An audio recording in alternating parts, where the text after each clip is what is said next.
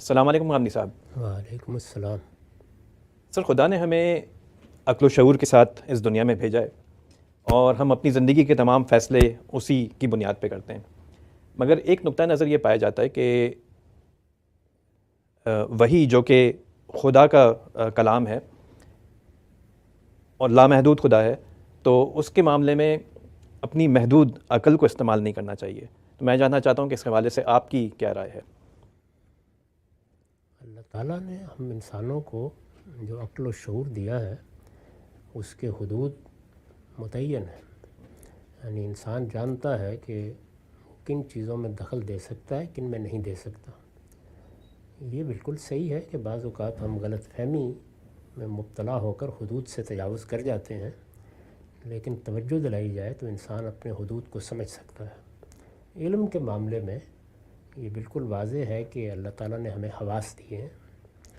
یہ حواس ظاہری بھی ہیں، باطنی بھی ہیں، دونوں اصلاً علم کا ذریعہ بنتے ہیں۔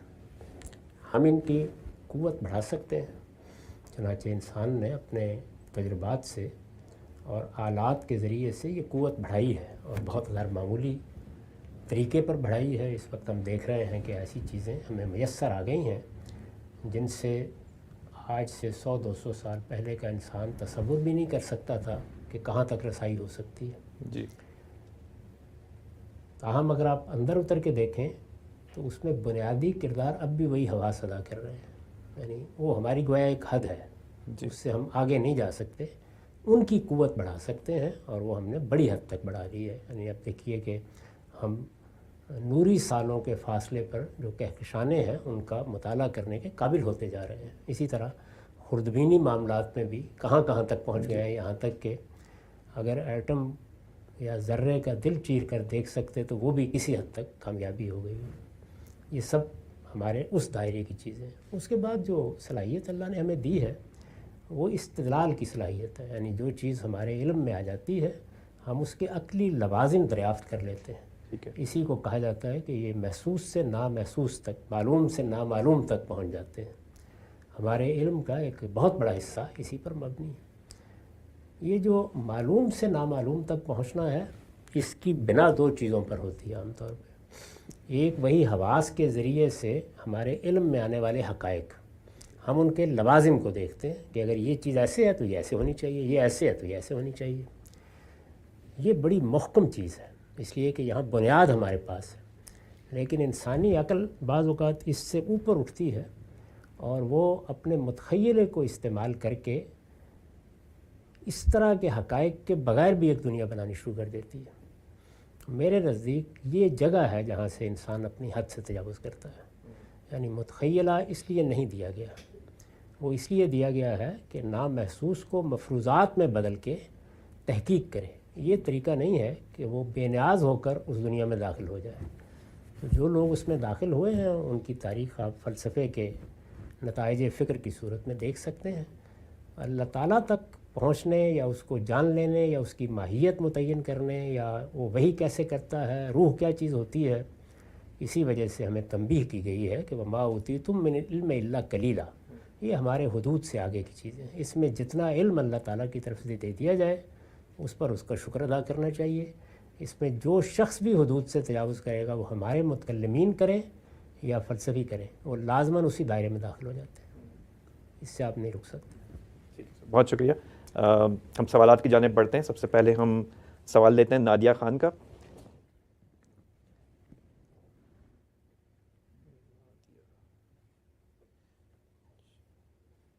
عافیہ خان کا سوال لیتے ہیں۔ عافیہ، آپ اپنا سوال پوچھ لیجئے۔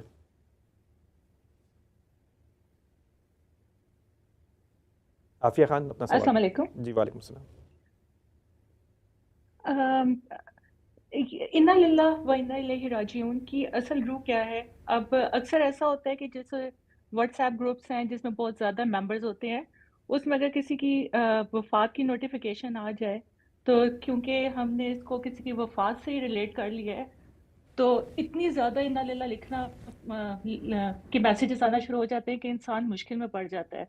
اور اگر اس کو منع کیا جائے کہ نہ آپ کاپی پیسٹ کریں تو یعنی اسلام مشکل میں پڑ جاتا ہے، تو اس کے کیا ایٹیکیٹس ہیں؟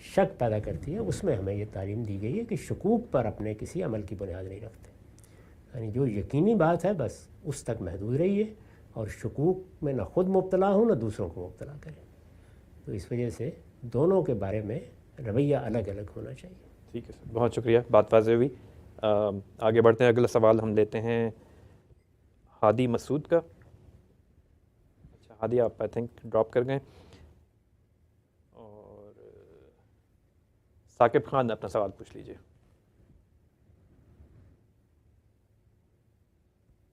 ثاقب خان، آپ اپنا سوال پوچھ لیجیے۔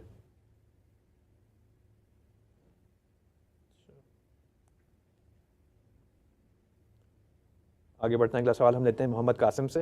قاسم، اپنا سوال پوچھ لیں۔ السلام علیکم قاسم صاحب۔ وعلیکم السلام۔ غامدی صاحب، آپ نے ایک ویڈیو میں کہا ہے کہ ضرورت ابھی یہ ہے کہ ہم لوگ رد عمل کی نفسیات سے نکل کر تعمیر کا کام کریں۔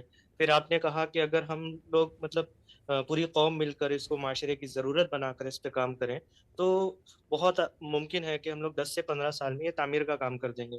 تو سننے میں تو بہت اچھا لگتا ہے، لیکن 10 سے 15 سال اتنے کم وقت میں کس طرح سے تعمیر کا کام ہو سکتا ہے؟ اس کا روڈ میپ کیا ہوگا، پلان آف ایکشن کیا ہوگا، اور کوئی ایسی کتاب ہے جو اس کے کس طرح سے یہ کام کیا جا سکتا ہے، خصوصاً اس کو موضوع بنا کر اس میں تفصیل بیان ہو؟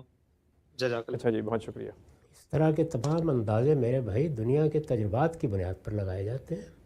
چنانچہ مسلمان ملکوں میں اگر آپ ملیشیا کو دیکھیں، آپ ترکی کو دیکھیں، جہاں تعمیر کو ہدف بنایا گیا ہے، اسی طرح وہ عرب ممالک جہاں اگرچہ عمارتیں ہیں یا آمریت ہے یا بادشاہت ہے، وہاں بھی اس کو ہدف بنایا گیا ہے۔ 15-20 سال سے زیادہ وقت نہیں لگا، اس میں قومیں بڑی حد تک اپنے پاؤں پر بھی کھڑی ہو جاتی ہیں، اچھا انفراسٹرکچر بھی بن جاتا ہے، اور ان کے لیے معاشی ترقی کے مواقع بھی پیدا ہو جاتے ہیں، بنیاد بن جاتی ہے۔ اس کے بعد آپ اس کے استحکام کی کوشش کریں، اس کو مزید آگے لے جائیں، وہ آپ کے لیے آسمان تک وسعت موجود ہے۔ لیکن یہ تجربات ہیں جن کی بنیاد پر میں نے یہ بات کہی، 15-20 سال چاہیے ہوتے ہیں اس کے لیے۔ 15-20 سال ملیں گے کیسے؟ اس وقت ملیں گے جب ایک تو ہم اپنی اصلاح کریں گے، یعنی اپنے آپ کو ہیجان کے سپرد نہیں کریں گے، طرح طرح کی تبدیلی اور انقلاب کے نعرے نہیں لگائیں گے، قدرت کے اس قانون کی پیروی کریں گے کہ قوموں کی تعمیر ہمیشہ تدریجی عمل سے ہوتی ہے۔ منصوبہ بنائیے، اہداف مقرر کیجیے، اور اس کے بعد ایک تدریج کے ساتھ ارتقائی عمل سے چیزوں کو بہتر ہونے دیجیے۔ نعرے لگا کے مسیحاؤں کے دامن پکڑ کر جو کچھ بھی آپ کریں گے الٹے منہ گریں گے، کچھ حاصل نہیں ہوگا۔ ہمیں اپنا مثبت کردار ادا کرنا ہے چیزوں کے۔ بہت شکریہ سر۔ آگے بڑھتے ہیں، اگلا سوال ہم لیتے ہیں محمد سالک سے۔ سالک صاحب، اپنا سوال پوچھ لیں۔ محمد سالک۔ السلام علیکم. وعلیکم السلام۔ Gandhi sahab, I had a question regarding insurance policy, because my father had brought a insurance policy for me, for which I paid premiums for 8 years, and now I have started receiving the amount, and it will be of course more than the premiums paid.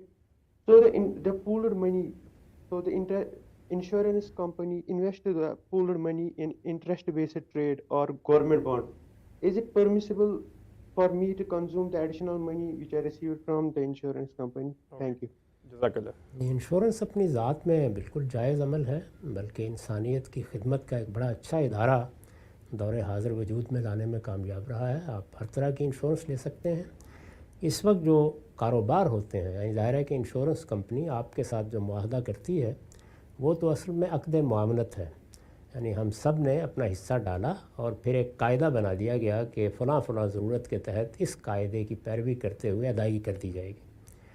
وہ اس روپے کو ہم سے استعمال کرنے کی بھی اجازت مانگ لیتے ہیں، یہ ان کا معاوضہ ہے، کیونکہ انہوں نے ایک کمپنی بنائی ہے، اس کے اخراجات ہیں، وہ سب کرنا ہے، وہ ان کا کاروبار ہے۔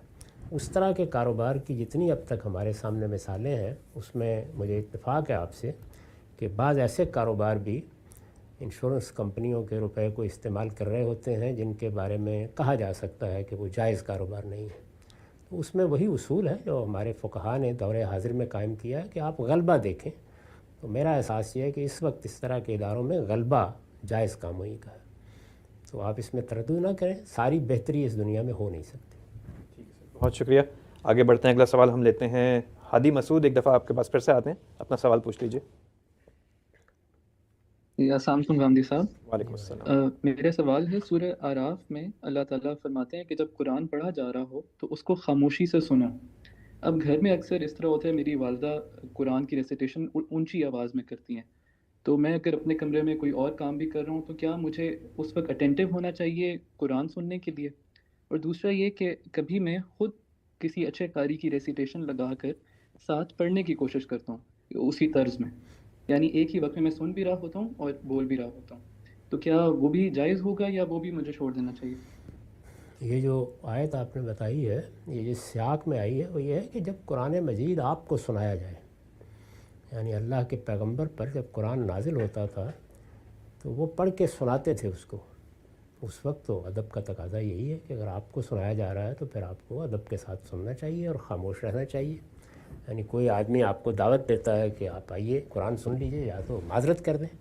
اگر آپ چلے گئے ہیں تو وہاں شور و غوغا کرنا, متوجہ نہ ہونا, آپ کسی جماعت میں بیٹھے ہوئے ہیں, آپ کسی جگہ پڑھ رہے ہیں, آپ کسی عالم کی بات سن رہے ہیں, تو یہ اس کا ادب بتایا گیا ہے. یہ کہ قرآن مجید کوئی پڑھ رہا ہے, وہ تو ہمارے یہاں تو لاؤڈ اسپیکر پر وہ کچھ ہوتا ہے, وہ آپ کی ذمہ داری نہیں ہے. تو والدہ اگر پڑھ رہی ہیں تو وہ آپ کو سنانے کے لیے نہیں پڑھ رہی ہیں, وہ ویسے بلند آواز سے تلاوت کر رہی ہیں. اس میں آپ لکھیے, پڑھیے, کوئی اور کام کرنا چاہتے ہیں کر لیں. دوسری چیز میں کوئی حرج کی بات نہیں, آپ سنیں بھی آپ پڑھیں بھی, یہ تو آدمی کا دل لگتا ہے بلکہ بعض اوقات اس میں. بہت شکریہ. آگے بڑھنے سے پہلے میں آپ کی یاد دہانی کرا دوں کہ اگر آپ کا نام جو زوم میں ڈسپلے ہو رہا ہے وہ والا نام نہیں ہے جو آپ کی ایس غامدی کی پروفائل میں ہے, تو میں آپ کو ڈھونڈ نہیں سکتا, تو اس کو تبدیل کر لیجیے زوم میں. آگے ہم بڑھتے ہیں. دوبارہ سے نادیہ خان آپ کے پاس آتے ہیں, اپنا سوال پوچھ لیجیے.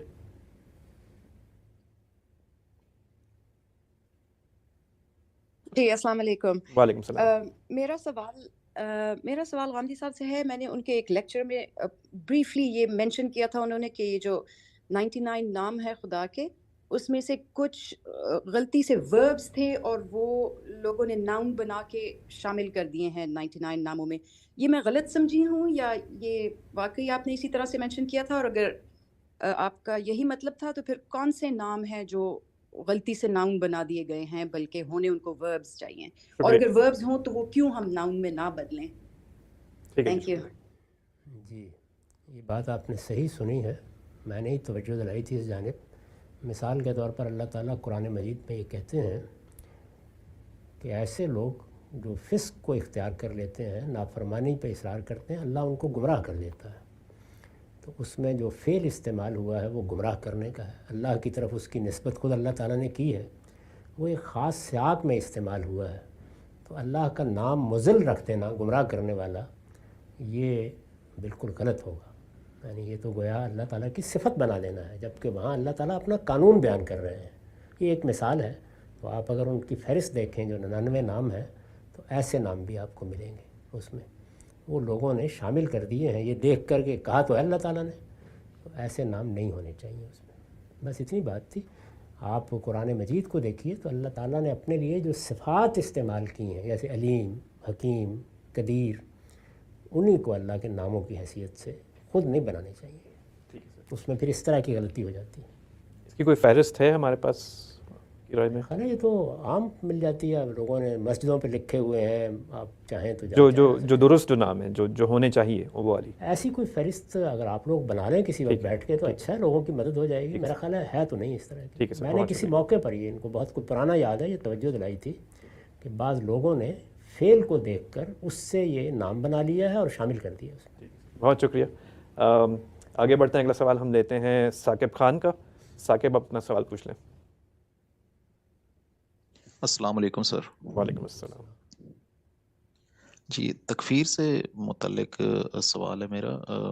غامدی صاحب جو بیان فرماتے ہیں تکفیر سے متعلق, وہ اصل میں تو میرے خیال میں قرآن مجید میں بیان کیے گئے واقعات ہیں کہ جن سے استنباط کر کے یہ نتیجہ اخذ کیا گیا ہے کہ تکفیر کا اختیار کسی انسان کو حاصل نہیں ہے.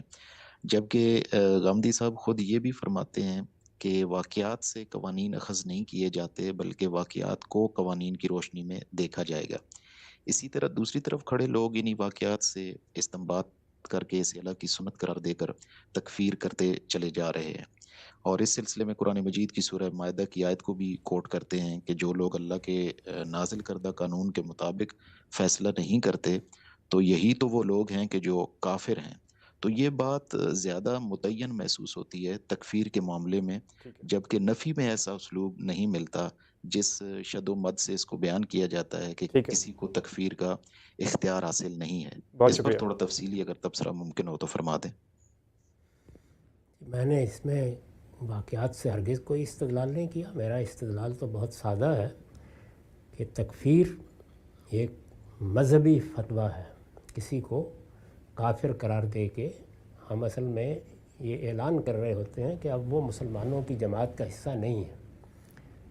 اس کے لیے مجھے دلیل دینے کی ضرورت نہیں ہے. جو شخص یہ کام کرتا ہے وہ اپنے اختیار کی دلیل دے. یہ اختیار کس نے دیا اس کو؟ یعنی کسی آدمی کا اقرار ہے، وہ کہتا ہے میں مسلمان ہوں، شب و روز اپنے مسلمان ہونے پہ اصرار کر رہا ہے. مجھے کس نے حق دیا ہے کہ میں اس کے اس اقرار کو قبول نہ کروں؟ تو یہاں دلیل ان لوگوں کو دینی ہے. میں نے اس میں کوئی واقعات سے استدلال نہیں کیا، ضمناً کسی چیز کا حوالہ دیا ہے. دین میں جب آپ کوئی بات کرتے ہیں تو یہ اصل میں اللہ کی طرف اس کی نسبت ہے. اللہ تعالیٰ کی طرف کسی چیز کی نسبت آپ کو کرنی ہے تو آپ کو دلیل دینی ہے اس کی. مجھے اس میں کوئی استدلال نہیں کرنا. تو میرے نزدیک کسی شخص کو حق نہیں ہے کہ وہ ایک طرف ایک شخص کا اپنا اقرار ہے اور وہ اس کے مقابل میں اپنا فتویٰ پیش کر دے. یعنی وہ کہہ رہا ہے میں مسلمان ہوں، بس مسلمان ہے. اب مسلمان کی حیثیت سے میں اس کو اپنا بھائی سمجھ کر اس کے کفر کی طرف بھی توجہ دلاؤں گا، اس کے شرک کی طرف بھی توجہ دلاؤں گا، بدعت کی طرف بھی توجہ دلاؤں گا، فسق کی طرف بھی توجہ دلاؤں گا. لیکن میں اس کو مسلمان سمجھ کر بات کر رہا ہوں. جیسے انسان اپنے بیٹے کو بیٹا سمجھ کر کہتا ہے کہ بیٹے یہ کام تمہیں نہیں کرنا چاہیے، یہ ہمارے خاندان کی روایات کے خلاف ہے، یہ تمہارے شائن شان نہیں ہے. وہ میرا مسلمان بھائی ہے، کیوں؟ اس لیے کہ وہ اقرار کر رہا ہے.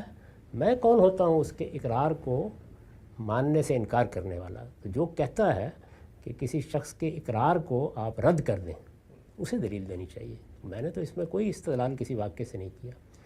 دوسری بات یہ ہے کہ قرآن مجید میں جو اللہ تعالیٰ نے اصول بیان کیے ہیں وہ عند اللہ کفر کے ہیں. یعنی اللہ کے ہاں اسی اصول کو سامنے رکھ کر ہم بتاتے ہیں کہ فلاں چیز شرک ہے، فلاں چیز کفر ہے. وہ اللہ کے ہاں کفر یا شرک قرار پا جائیں گے. ان کو اصول کے طور پر بیان کیا جاتا ہے.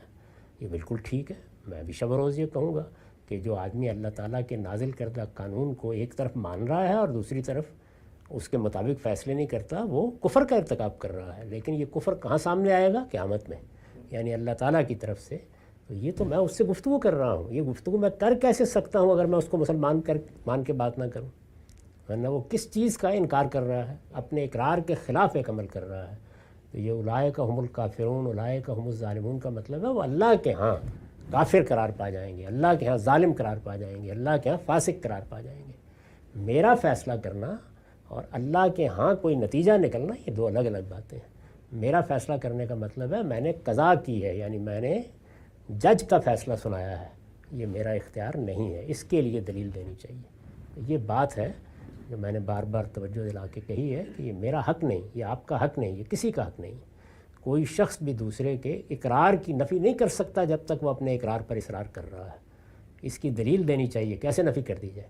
اس کے اقرار کے خلاف اس کا عمل اس کو بتایا جا رہا ہے کہ بھائی تم مسلمان اپنے آپ کو کہتے ہو پھر یہ کفر ہے، مسلمان کہتے ہو پھر یہ شرک ہے.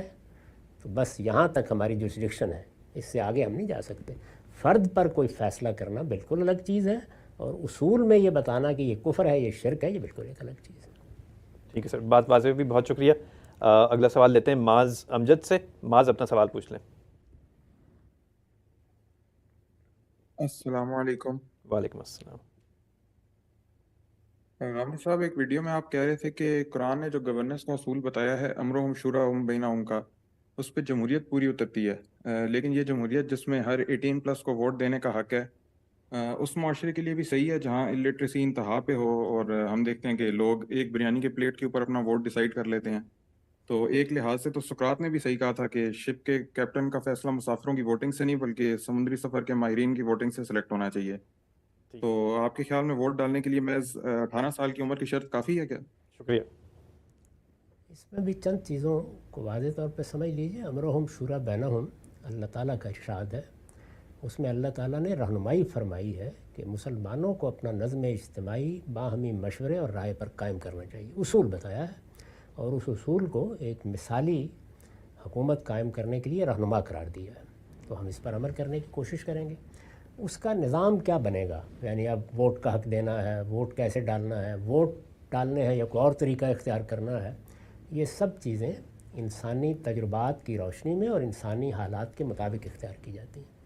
چنانچہ میں نے اپنی کتاب برہان میں ایک مضمون لکھ کے، جس کا عنوان ہی امرهم شورى بینہم ہے، خلافت راشدہ پر تبصرہ کیا ہے، اور یہ بتایا کہ وہاں اس پر کیسے عمل کیا گیا۔ تو وہاں تو کوئی 18-20 سال کی شرط لگا کے ووٹ نہیں لیے گئے، وہاں قبائلی نظام میں جس طریقے سے رائے لی جاتی ہے وہ طریقہ اختیار کیا گیا۔ اس وقت یہی ہو سکتا تھا۔ صحابہ کرام کی جو جماعت اس وقت وجود پذیر ہو گئی تھی، اس میں جو قیادت سامنے آ گئی، اس کے مشورے سے فیصلے کیے گئے۔ ہمارے ہاں اس سے ایک اصطلاح بھی بن گئی، ارباب حل وقت، یعنی لوگ اس دنیا میں جب بھی زندگی بسر کرتے ہیں تو ان کے ہاں کچھ لوگ سیادت اور قیادت کے لحاظ سے نمایاں ہونا شروع ہو جاتے ہیں، ان کی یہ حیثیت مان لی جاتی ہے۔ اس وقت بھی آپ دیکھیں کہ ہمارے ہاں کوئی بڑا فیصلہ کرنا تو کہتے ہیں آل پارٹیز کانفرنس بلائی جائے، تو اس میں مجھے یا آپ کو تو نہیں بلایا جاتا، سیاسی قیادت کو بلایا جاتا ہے۔ وہ سیاسی قیادت نمایاں ہو چکی ہوتی ہے، اس کو بلا لیتے ہیں، فیصلہ بھی کرتے ہیں، اور عام طور پر اعتماد بھی ہوتا ہے لوگوں کو اس کے اوپر۔ تو طریقہ ہم نے ایجاد کرنا ہے، طے کرنا ہے۔ آپ اس پر بحث کریں کہ 18 سال کی بجائے 12 سال عمر ہونی چاہیے، اور بحث کریں کہ 20 سال ہونی چاہیے۔ اس پر انسانی تجربات کی روشنی میں گفتگو کرنی چاہیے۔ جو آخری بات فرمائی ہے کہ لوگ پڑھے لکھے نہیں ہیں، تو سیاست حکومت کے انتخاب کا پڑھے لکھے ہونے سے کوئی تعلق نہیں، اس کا تعلق انسانی شعور سے ہے، اور انسانی شعور کا پڑھنے لکھنے سے بعض اوقات سارا اثاثہ ہی ختم ہو جاتا ہے، جو اللہ نے حکمت دی ہوتی ہے وہ بھی غائب ہو جاتی ہے۔ تو اس لیے یہ کوئی معیار نہیں۔ ٹھیک ہے سر، بہت شکریہ۔ آگے بڑھتے ہیں، اگلا سوال ہم لیتے ہیں سلمان ستی سے۔ اپنا سوال پوچھ لیجیے سلمان صاحب۔ مجھے تھوڑا سا نیکسٹ کو آپ موقع دے سکتے ہیں؟ مجھے ایکچولی ابھی میں نے جوائن کیا تو مجھے سوال بھول گیا اپنا، اچھا جی، بہت شکریہ۔ تاکہ ٹائم آئے ہو۔ آگے بڑھتے ہیں، اگلا سوال ہم لیتے ہیں توصیف چودھری صاحب کا۔ توصیف آپ اپنا سوال پوچھ لیں۔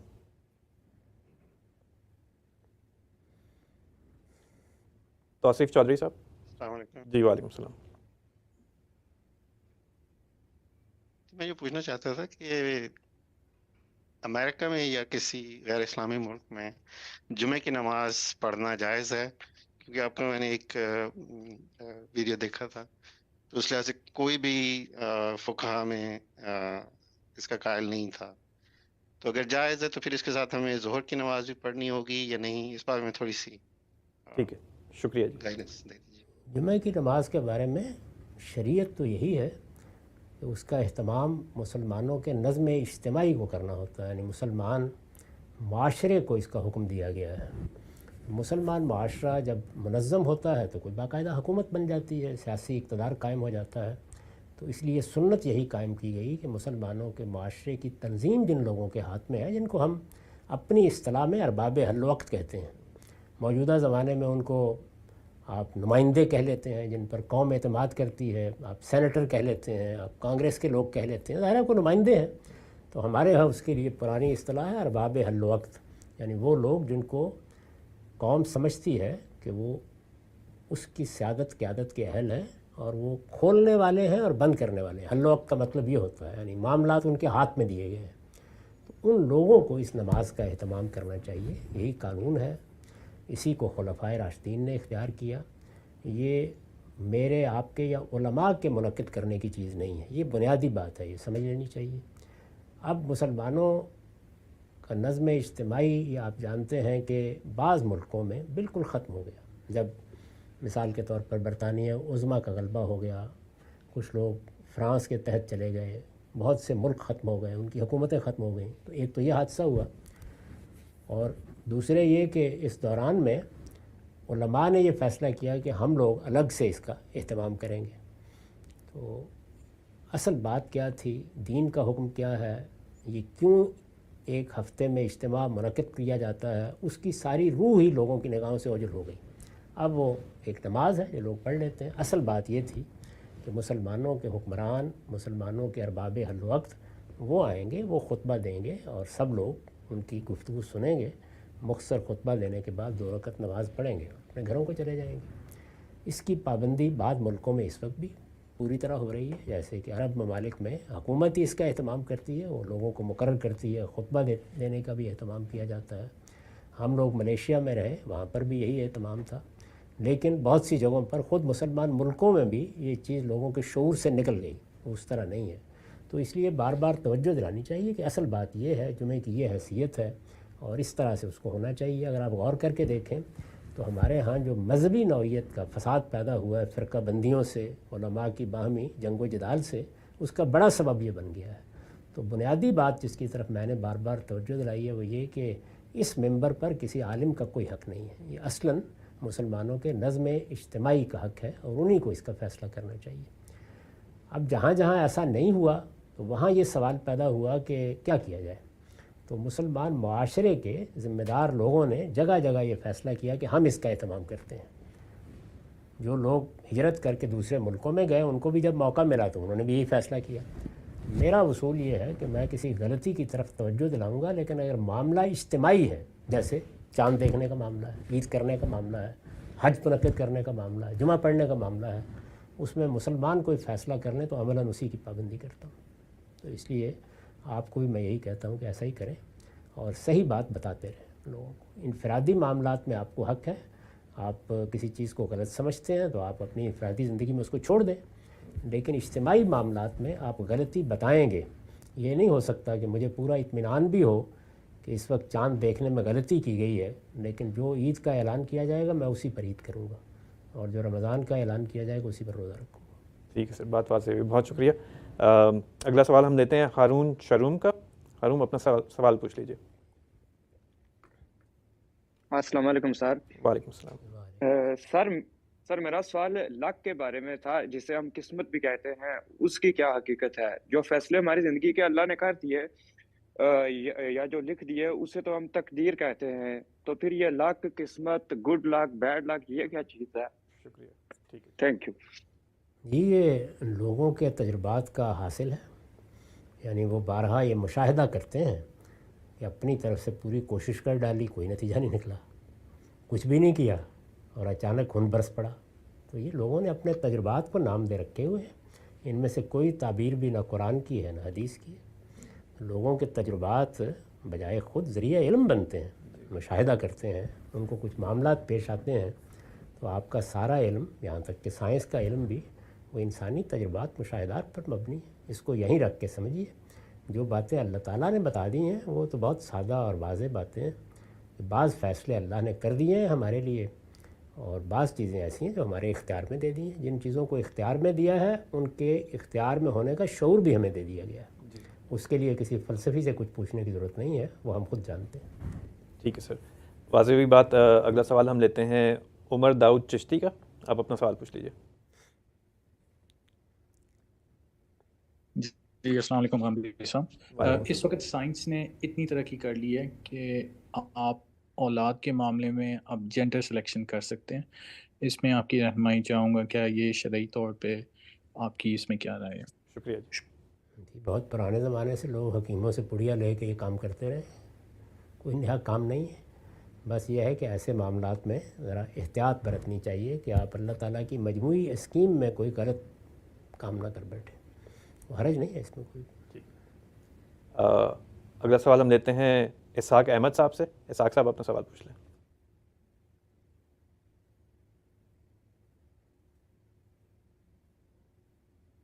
اسحاق احمد. السلام علیکم. وعلیکم السلام. جی استاد محترم, میرا سوال یہ ہے کہ ہم نے علماء سے بارہا سنا ہے کہ دین کے مخلص علماء کا اجر اللہ کے ہاں خاص ہوگا, اور ان کا مرتبہ اور مقام بھی عام لوگوں کی نسبت بہت بلند ہوگا. ایک شخص جو دین کے علم کا شوق رکھتا ہے اور اپنے اندر استعداد اور پوٹینشل بھی دیکھتا ہے, لیکن وہ گھریلو مصروفیات اور ذمہ داریوں کی وجہ سے اس علم کو حاصل نہیں کر پاتا. اس صورت میں انسان کے اندر محرومی کی سی کیفیت پیدا ہوتی ہے کہ اگر میں بھی یہ علم حاصل کرتا اور دین کی خدمت کرتا تو شاید مجھے بھی اللہ کے ہاں وہ مقام اور مرتبہ ملتا جو علماء دین کو ملے گا، تو کیا اس احساس کا پیدا ہونا فطری ہے، اور اس کا اللہ کے ہاں کوئی اجر ہوگا یا نہیں جو محرومی ہم محسوس کرتے ہیں؟ ٹھیک ہے جی، اس بارے شکریہ. میں بتا دیں. جزاک اللہ. دنیا میں جن چیزوں کی محرومی محسوس کی جاتی ہے وہ انسانی فطرت کا اظہار ہے. کسی کو دولت نہیں ملی، کوئی کمانے میں زیادہ کامیاب نہیں ہوا، کسی کو علم حاصل کرنے کے مواقع نہیں ملے. ابھی بھی ہمارے ہاں آپ دیہات میں اور دور دراز علاقوں میں جائیں، بڑے غیر معمولی لوگ ہوتے ہیں، بڑی ذہانت ہوگی بعض لوگوں میں، لیکن ان کے پاس اس کے مواقع نہیں ہوتے. دنیا محرومیوں کی جگہ ہے، اس میں انسان کو یہ سب حالات پیش آتے ہیں. آپ چونکہ اللہ تعالیٰ کی خوشنودی حاصل کرنے کے جذبے سے محرومی محسوس کر رہے ہیں. ایک تو یہ ہے کہ دنیا میں کامیابی کے حوالے سے محرومی محسوس کرنا، وہ بھی فطری بات ہے. اللہ تعالیٰ کی خوشنودی کے حوالے سے کہ اگر مجھے موقع ملتا اور میرے حالات ہوتے تو میں دین کا عالم بنتا. ظاہر ہے کہ اس میں اللہ کو خوش کرنا یا اللہ کے دین کی خدمت کرنے کا جذبہ ہے، بڑا محمود جذبہ ہے. تو آپ اس کی بشارت قبول کریں. محض اس احساس محرومی کے ساتھ آدمی کا جینا اور اللہ سے دعا کرتے رہنا، یہ ہو سکتا ہے کہ ایک باقاعدہ عالم کو جو اجر ملنے والا ہے اس سے زیادہ اجر کا مستحق آپ کو کر دے. تو اللہ تعالیٰ کے ہاں فیصلے اس طرح نہیں ہوتے جس طرح ہم دنیا میں فیصلے کرتے ہیں.